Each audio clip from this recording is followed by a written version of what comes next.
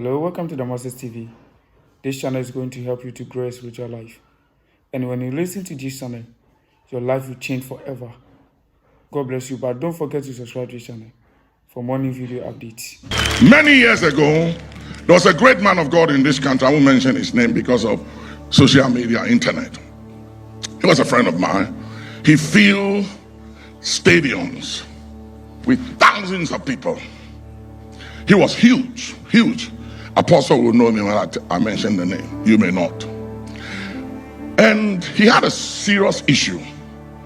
Then his ministry was brought down. So he came to visit me in Ghana. And I took him to my church in London. We finished eating. He went to bed at about 1.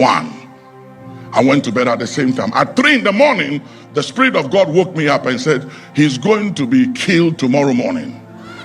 He will be assassinated tomorrow. And I said, who is going to kill this guy here? Nobody knows him in London. And the Lord said they will kill him tomorrow morning. And if you don't deal with it, his blood shall be in your hands. And I said, no, I'm innocent of anybody's blood. So at 3, I went to his room and I woke him up. And I called his name and I said, they're going to kill you tomorrow morning. In Africa, we say it as it is. America, everything is sugar coated and everything has to be politically right. In Africa, we don't do that. We just say it the way it is. And I said, dude, they're going to kill you tomorrow morning. He started laughing. And I said, why are you laughing? He said, before you woke me up, he said he was having a dream. And in the dream, somebody pulled a trigger. Somebody was at the point of pulling a trigger to kill him.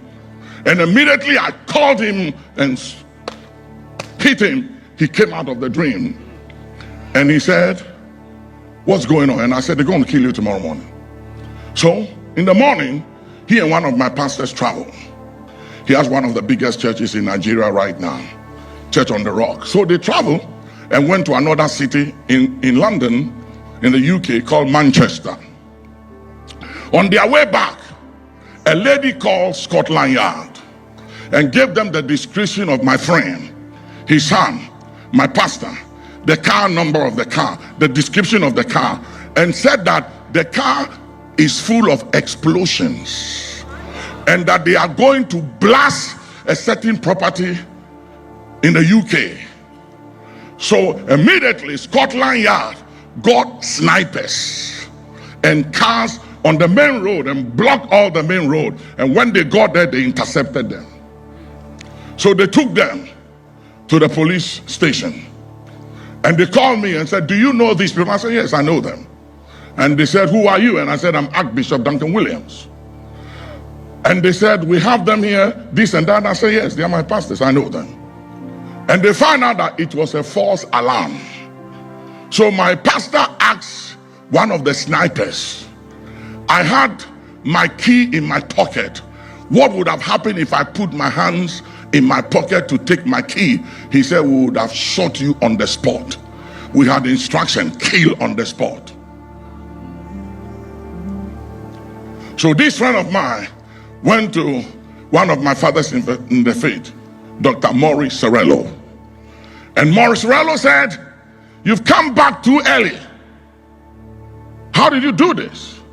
People don't come back that easily when they go down. You were too huge. He was making over $30 million a month in those days. And he said, I met this preacher from Africa. And so Maurice Serello called me. He said, will you join me? I said, Papa, I'll be there. That was how I started traveling with Dr. Serello in his jet all over the nations of the world. I'm trying to establish something here for you to understand that. And after that, I was praying. Then I heard innocent blood, innocent blood, innocent blood. He was then in California. I won't mention the name of the city.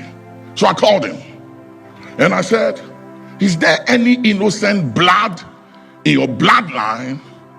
And he said, this is deep, my friend. I said, what do you mean? He said, my grandfather killed somebody in the plantation, murdered him in cold blood.